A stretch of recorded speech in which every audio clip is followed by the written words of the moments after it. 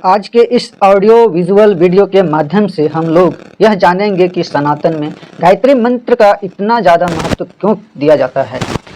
इसे सभी मंत्रों का राजा अर्थात महामंत्र क्यों कहा जाता है, और ये सब जानेंगे आधुनिक युग के युग प्रवर्तक वेद मूर्ति तपोनिष्ठ पंडित श्री राम शर्मा आचार्य जी के शब्दों में ही, जिन्होंने गायत्री मंत्र को वर्तमान में री इन्वेंट किया और समाज को अप्रतिम लाभ दिया। हेलो साथियों, मैं हूं डॉक्टर रमेश। आइए शीघ्रतापूर्वक गायत्री मंत्र की महत्ता के बारे में विस्तार से जानते हैं। जैसा कि जानते हैं कि हर एक गायत्री शक्तिपीठों में जहाँ जहाँ भी देश में बने हुए हैं वहाँ पे गायत्री मंत्र की साधना होती है। मंत्र बड़े सार्थक एवं सामर्थ्यवान होते हैं, इनके द्वारा बड़े बड़े काम हो सकते हैं। साधारण सा मंत्र जो सपेरा जानता है वह सांपों के जहर को मंत्र पढ़कर उतार देता है। भौतिक जगत में यंत्रों का भी बहुत महत्व है। आज यंत्रों के द्वारा भारतवर्ष के अंतर्गत बड़े बड़े कल कारखाने चलते हैं। यंत्रों का भी एक इतिहास है, मंत्र का भी एक इतिहास है। इसकी शक्ति भी पैटर्न टैंक के तरह होती है। हमारे पूर्वज इस महत्व को जानते थे, इस कारण से उन्होंने मंत्रों का उपयोग किया था।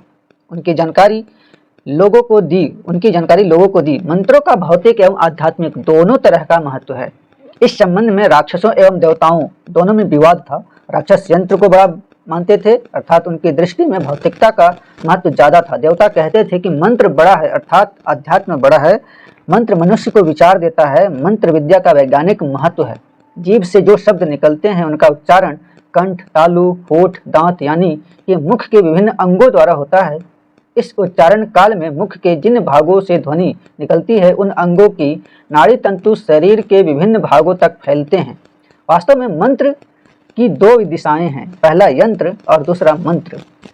इस दुनिया में जो चीजें वस्तु के द्वारा बनी है वह नाशवान है। हम लोग सभी यंत्र हैं। हमारे खान पान का ढंग एक यंत्र की प्रक्रिया है। वास्तव में हलचल पर दुनिया टिकी है। दूसरे शब्दों में हम यह कह सकते हैं कि हलचल से दुनिया बनी है। इस धरती की हर चीज प्रायः नाशवान है। हम बच्चे के रूप में धरती पर आते हैं। वह बच्चा 15 से 18 साल तक का नवयुवक की स्थिति में होता है तो अच्छा लगता है, पर वही जब बच्चा 65, 55, 60 में पहुंचता है तो वह सुंदर नहीं लगता। वास्तव में ये चीजें टिकाऊ नहीं हैं। जब तक आपका शरीर है तब तक आपकी पत्नी देवी अप्सरा मालूम पड़ती है, परंतु जब आप मर जाते हैं तो वह पत्नी एक नौकरानी मात्र शेष रह जाती है। मनुष्य सोचता है कि हमारे पास पैसा होगा तो हमें सुख शांति मिलेगी, परंतु ऐसा नहीं होता है। उसके पास जब पैसा आता है तो चोर डाकुओं का डर बना रहता है। मनुष्य जब BA MA पास कर लेता है तो उसे बड़ी बड़ी नौकरियों का ख्वाब होता है। हमारा सुख केवल कल्पना के सागर में डूबा रहता है जो शेख चिल्ली की तरह कभी पूरा नहीं होता। अगर हम देखें तो यह पाते हैं कि मनुष्य समस्या लेकर आता है और समस्या में जिंदगी भर लग जाता है तथा अंत में समस्याओं को लेके ही दुनिया से चला जाता है। मनुष्य कल्पनाओं के सागर में डूबा रहता है। यह यंत्र जो मनुष्य शरीर है उसको थोड़ी देर शांति मिलती है, परंतु अंततोगत्वा उसे शांति नहीं मिलती। अगर मनुष्य को शांति मिलेगी तो मंत्र से मिलेगी, अर्थात अध्यात्म की ओर मुड़ने से मिलेगी। मंत्र जब करने की प्रवृत्ति को नहीं कहते। जप करने की प्रवृत्ति मंत्र जप नहीं है, वरन वह विचार करने की प्रवृत्ति है। मनुष्य इन मंत्रों को अपनाकर अपने दुखों को सुखों में बदल सकता है। मनुष्य अपनी दिशाधारा को बदल सकता है। अधिकांश दुख मनुष्यों को मंत्रों की कमजोरी के कारण होता है और उसका जीवन कष्टों से घिर जाता है। मंत्र उसे कहते हैं जो कष्टों को दूर करता है। इससे भौतिक आवश्यकताएं भी पूरी होती है। एक व्यक्ति को सांप काटता है और एक तांत्रिक सपेरा आता है, वह कुछ मंत्र पढ़ता है और सांप विष वापस ले लेता है और वह आदमी स्वस्थ सानंद हो जाता है। यह मंत्र का भौतिक प्रयोग कहा जा सकता है। मंत्रों का सागर इससे भी कहीं अधिक अध्यात्म के लाभों के बारे में हमें इंगित करता है। अध्यात्म क्षेत्र बहुत विशाल है। इस क्षेत्र के अंतर्गत गायत्री मंत्र की महत्ता सर्वोपरि है, जो मनुष्य के बुद्धि के स्रोत को खोल देता है और 20 वर्ष के बाद भी प्रारंभ करने के बाद मनुष्य को महानता की ओर अग्रसर करते हुए उसे देवता बना देता है। गायत्री मंत्र के एक एक अक्षर अनेक प्रकार के ज्ञान विज्ञान के तत्व से भरा है। इसमें रहस्यमय तत्व छिपे पड़े हैं। उसका ही वेद, उपनिषद, दर्शन, स्मृति, रामायण आदि ग्रंथों में विवेचन है। गायत्री को वेद माता कहा जाता है और चारों वेदों के इसके पुत्र हैं। शास्त्रों में कहा गया है कि ब्रह्मा जी ने अपने एक एक मुख से गायत्री के एक एक चरण की व्याख्या की है। इस प्रकार चारों मुखों से 4 वेदों का वर्णन किया है। भूर्भुवः स्वः, जो ओम भूर्भुवः स्वः है गायत्री मंत्र का, वो ऋग्वेद पूरा उसमें वर्णन है, उसी की व्याख्या है भूर्भुवः स्वः की। और जो तत्सवितुर्वरेण्यम है वह यजुर्वेद में पूरा व्याख्या है। भर्गो देवस्य धीमहि सामवेद उसकी व्याख्या करता है, और धियो यो नः प्रचोदयात् अथर्ववेद। बाद में इन वेदों के द्वारा दर्शन, आरण्यक, उपनिषद, पुराण, स्मृति आदि का निर्माण हुआ। जिस प्रकार मनुष्य की एक एक बूंद भ्रूण कलल में मनुष्य का पूरा पूरा स्वरूप होता है, उसी प्रकार गायत्री मंत्र के 24 अक्षरों में समस्त संसार का ज्ञान विज्ञान भरा पड़ा है। इसमें सोना बनाने का भी विधान भरा पड़ा है। गायत्री मंत्र की उपासना सर्वश्रेष्ठ है और इसमें बुद्धि को सन्मार्ग में प्रेरित करने के लिए प्रार्थना है। मनुष्य को सन्मार्ग में प्रेरित करने के लिए प्रार्थना है। मनुष्य को सद्बुद्धि आ जाए तो उससे भौतिक एवं आध्यात्मिक दोनों लाभ प्राप्त होते हैं। उपासना का अर्थ होता है पास बैठना, यानी कि भगवान के पास बैठना। अगर बछड़ा गाय के पास न बैठे तो उसे दूध कहाँ से मिलेगा? माँ की छाती से बच्चा नहीं लिपटे तो माँ का दूध उसे कैसे मिलेगा? पारस से छुए बिना लोहा सोना कैसे बनेगा? उसी प्रकार ईश्वर के समीप गए बिना आत्मा की भूख कैसे मिटेगी? यह उपासना की पद्धति है जो मनुष्य को तृप्त करती है। जिस प्रकार मनुष्य के शरीर में प्राण का महत्व है, उसी प्रकार आत्मा में ईश्वर का है।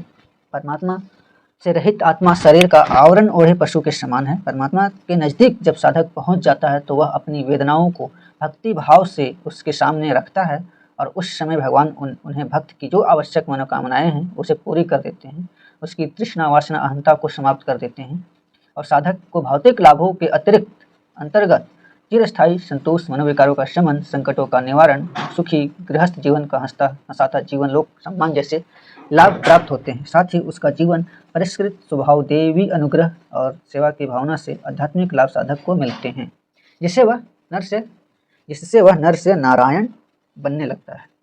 हमारे पास गुरुजी बता रहे हैं कि हमारे पास तपोभूमि में नित्य एक व्यक्ति आते रहते हैं जिनकी समस्याएं होती है। हमने गायत्री उपासना के माध्यम से उन्हें राहत पहुंचाने का काम किया। एक मध्य प्रदेश की प्रधानाध्यापिका आती थी, उन्हें नींद नहीं आती थी तथा हमेशा रोती रहती थी कि हमने उन्हें ठीक किया। अब उनको नींद आ जाती है। एक बार हमारे पास एक सेठ जी आए और उनका एक इनकम टैक्स का घोटाला था। वे परेशान थे। उनके पास कुल पूंजी 32 लाख रुपए थी। इनकम टैक्स का 10 लाख रुपए देना था। हमारे कहने पर उन्हें शांति मिली। हमने कहा कि आपके 10 लाख चले जाएंगे तो भी आपके पास 22 लाख तो बचेंगे। आप परेशान क्यों हैं? फिलहाल तो जाएगा नहीं, अगर चला भी जाएगा तो भी आपकी कमी पूरी हो जाएगी। हमने उन्हें गायत्री मंत्र जप करने के लिए कहा और उनकी बुद्धि में बदलाव आ गया। बेटे, इस मंत्र की शक्ति महान है। पहले जमाने के संत महात्माओं के पास गायत्री मंत्र का बल होता था, इसके कारण वे हर जगह विजयी होते थे। एक बार सिकंदर हिमालय की ओर गया और एक महात्मा से पूछा, कुछ मांगने के लिए कहा। उसने कहा, आप शक्तिशाली हो तो धूप निकाल दो। सिकंदर चुप खड़ा रहा। अच्छा, तो तेरे में इतनी शक्ति नहीं तो हट पूर्व दिशा से, हमें धूप का आनंद लेने दे। यह साहस एवं आत्मबल गायत्री मंत्र का ही था, जिसके बल पर उस महात्मा ने विश्व विजयी सिकंदर को भी परास्त कर दिया था। गायत्री मंत्र एक महान एवं महत्वपूर्ण मंत्र है।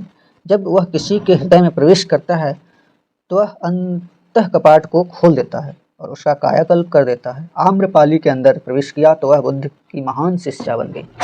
उसने अपना तन मन धन सब कुछ उनके चरणों में समर्पित कर दिया। एक बार वह बुद्ध के चरणों में आ गई। उसने कहा कि हे प्रभु, हम अशुद्ध हैं, आपकी शरण में आए हैं, क्या आप उद्धार करेंगे? भगवान बुद्ध ने कहा, कुछ मंत्र बतलाया और कहा कि इसका जप करें एवं अपने जीवन में उसे धारण करें। उस महिला ने, जो अपने शरीर का व्यापार करते थे, उस दिन से अपने जीवन को बदलने का संकल्प लिया और वह महान बन गई, महान शिष्या बन गई।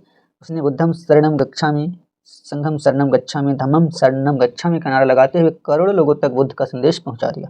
बेटे, यह है गायत्री मंत्र की शक्ति, जिसके द्वारा विचारों में बदलाव आता है और उसे संतोष मिलता है। वास्तव में गायत्री मंत्र भगवान की एक श्रेष्ठ प्रार्थना है, जिसके अंतर्गत हम प्रार्थना करते हैं, हे तेजस्वी परमात्मा, हम आपके श्रेष्ठ प्रकाश को अपने अंदर धारण करें और वह हमारी बुद्धि को सन्मार्ग की ओर प्रेरित करें। तो आज के इस वीडियो में हम लोगों ने जाना कि गायत्री मंत्र कैसे हमारे जीवन को बदल सकता है। तो हम लोग भी संकल्प लें, डेली कुछ न कुछ इस मंत्र का साधना जरूर किया जाए और अपने जीवन में उसका लाभ लिया जाए। तो ये अभी इस वीडियो का ये पहला भाग है। दूसरा भाग हम अगले वीडियो में ज़रूर लाएंगे। तब तक के लिए सभी को ओम शांति।